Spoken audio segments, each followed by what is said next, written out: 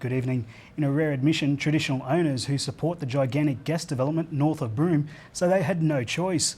In the first of a series of special reports from the Western Australian Kimberley, NITV news reporter Rahman Alam was told the WA government had, in effect, held a gun to the heads of the local community, and they had to make the best out of the deal. This is a complex story about rights to self-determination, government power and Australia's dependence on natural resources. You know, Jabberi people had gone to their heads, but at the end of the day, you know, you got to commend the Jabberi people for being so brave to actually lose part of the country to benefit the whole of the Kimberleys. It's the line that former Kimberley Land Council boss Wayne Bergman has been walking since negotiations between the KLC, the Jabba Jabba, the Gallara-Baloo, Woodside and the State and Commonwealth began in 2007. He says the Barnett government had them over the barrel, not only because of the limitations to the Native Title Act, but also state and federal laws. The Premier made it very clear he decided whether LNG would happen in the Kimberley or not. It was his decision and his decision alone. So, I mean, that was the context in which we were trying to negotiate and put Aboriginal people in the strongest possible position. But traditional owners who voted for the plant believe the deal will deliver where the government has failed. We're looking at education and training. Our people were living under the carpets for too long. I'm talking about the people that are the needy people in the Dampier Peninsula and in the Kimberleys that really need help, the grassroots people, not these people who have cars, who have everything already, those people in the outback who haven't got power, housing, water. I'd like to see my children and grandchildren benefit from this project.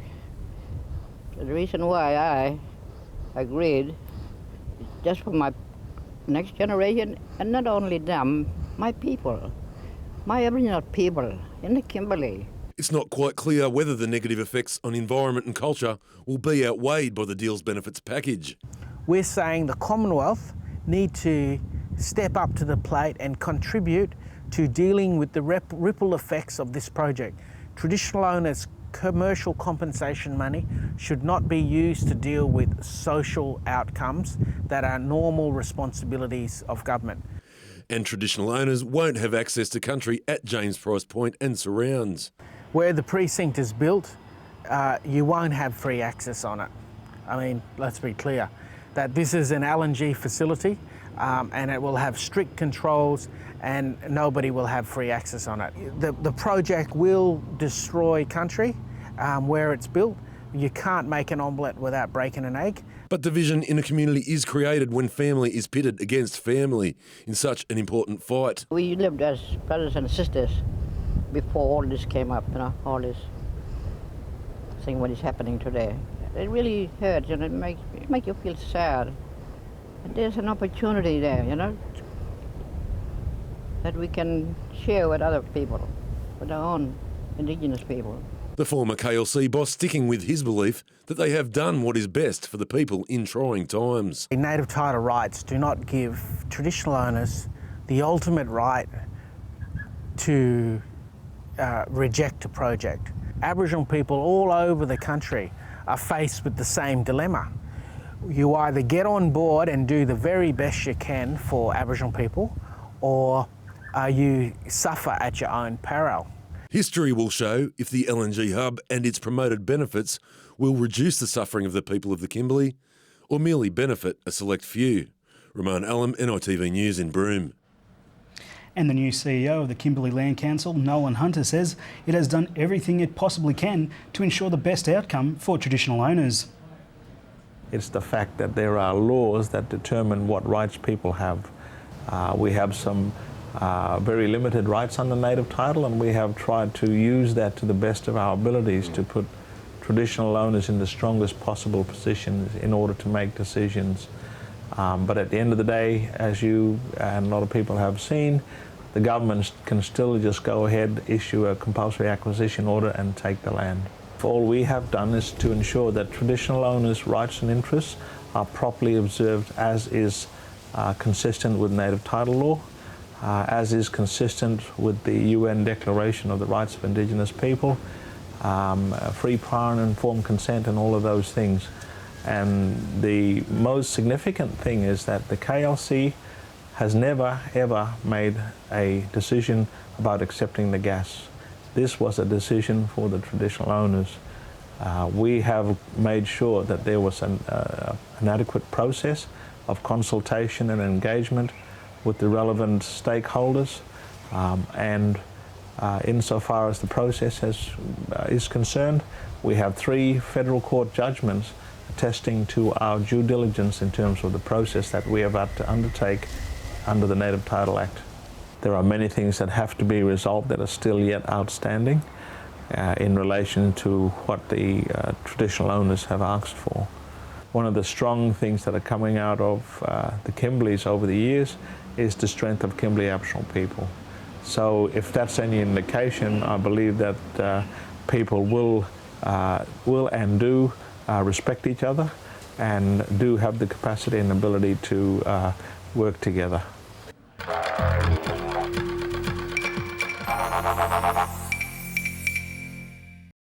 It's 141 days since the blockade in the protest at the Woodside LNG project at James Price Point began.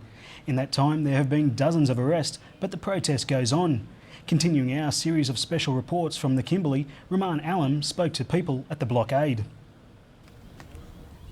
Janet Cox remembers well the day that the James Price Point protesters now call Black Tuesday. But those memories are far from fond ones. The saddest day, really. It was horrible. I couldn't fight or do anything. My body went limp. I didn't feel like I had that strength to carry on that day. I felt so powerless. She was fined $250 and placed on a 12-month $500 good behaviour bond for her trouble that day.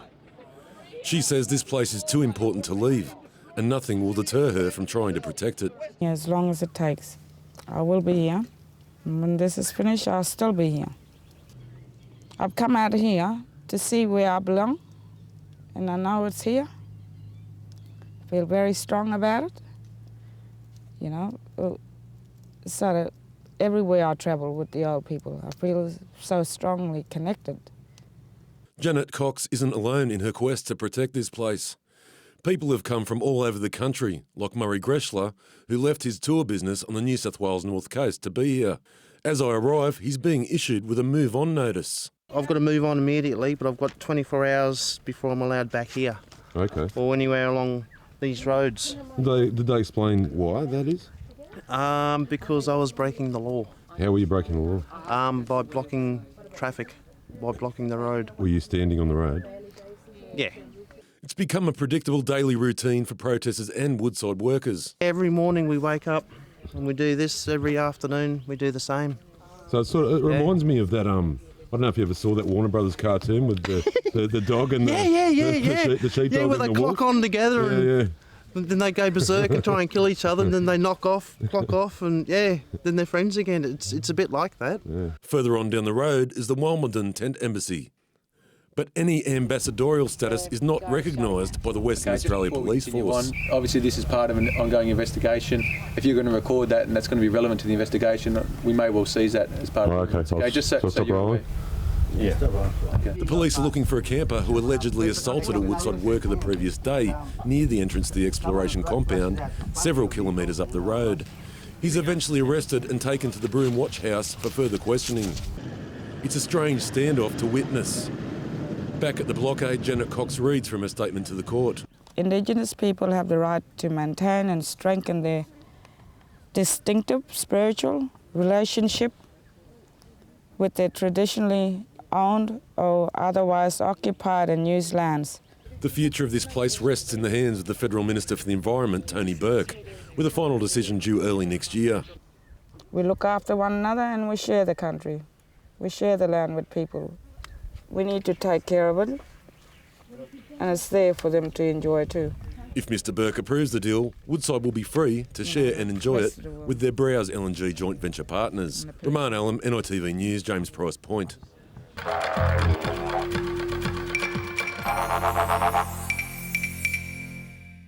Now more on James Price Point on WA's Kimberley coast, where a massive gas hub is to be built.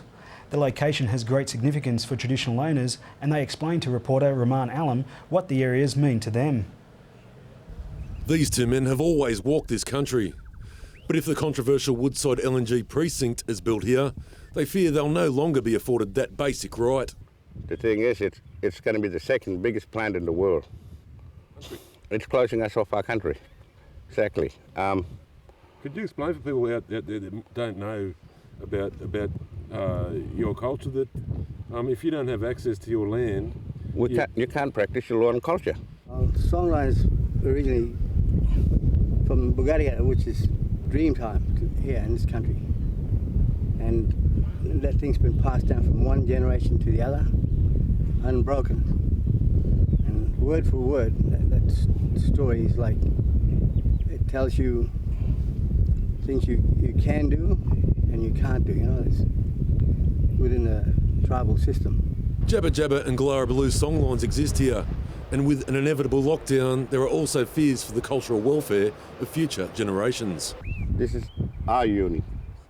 This is where we learn, looking after country and doing our cultural stuff and things. It's our uni, really. Philip Rowe shows me where those past teachers of high learning are today. Where the flag is, just where that green tree back, but where that little thing is, that's where the old fella's buried. And to a little baba. And all those sand dunes on top, the other part of it, you got people there too, you know, the old middle-aged, older people. That's the cemetery up there, you know. Right here where I'm filming now is all bodies, yeah? Yeah, cemetery, you know. And they're there still, they're bald, you know. I just go every afternoon or morning early, up there, sit down, feel country, you know, feel them in spirit. The men are annoyed with the public perception that they're against any development. Well, but the thing is, when it gets processed, it's shipped out, we're paying twice as much for it when it comes back. So where's the point in that? You know, just to fuel multinational companies, that's wrong. What we got here should be used, but we're not against gas in particular, but just where they're putting it at the moment. If given the go-ahead, a 9-kilometre jetty will be built stretching out to sea right here behind me, which will effectively create a 50-kilometre dead zone due to the dredging that will have to take place. Just over the hill is the James Price Point precinct, and just 60 kilometres down the beach here is the town of Broome. These shimmering lights in the distance are a symbol of the impending expansion. But despite these Woodside footprints, by all accounts, that expansion is not quite going to plan. Suddenly we noticed that this jack-up rig here was starting to topple sideways. What it said to us was that what they're hoping to establish out here is on unstable footing, you know. They can't find the footing that they need to build this jetty that's supposed to run out here 9 kilometres. Mitch Torres has been opposed to the hub since day one. This is Jabba Jabba country. This is where we come to practice our traditions. We don't go anywhere else. So what happens when that's closed off to us? I cannot continue the traditions that were taught to me by my grandfather, my father, and them before that. And then I cannot pass that on to my children if I have nowhere to go. I have 2 mothers. My first mother is my country, my land. I come from my mother first. This is my first mother. Then I come from that mother to my physical mother, who is no longer here with us. I have 2 mothers, and they have both nurtured me, looked after me, and I must do the same. It's a relationship of reciprocity. And if the public can't understand that... If I was to come to your major church in your major city and say, oh, we have to knock your church down now, if I could use that as an analogy for what this country means to us. These 3 traditional owners are not alone in trying to protect this country. The Wimbledon camp is a hub for concerned supporters from Australia and abroad. It's a people's movement. It's a people's movement of people who are concerned for this country, concerned for what could be lost, because once it's lost, it can't be put back into place again. And it's looking more likely with every day that passes. They'll be here to the end. Rahman Alam, NITV News, James Price Point.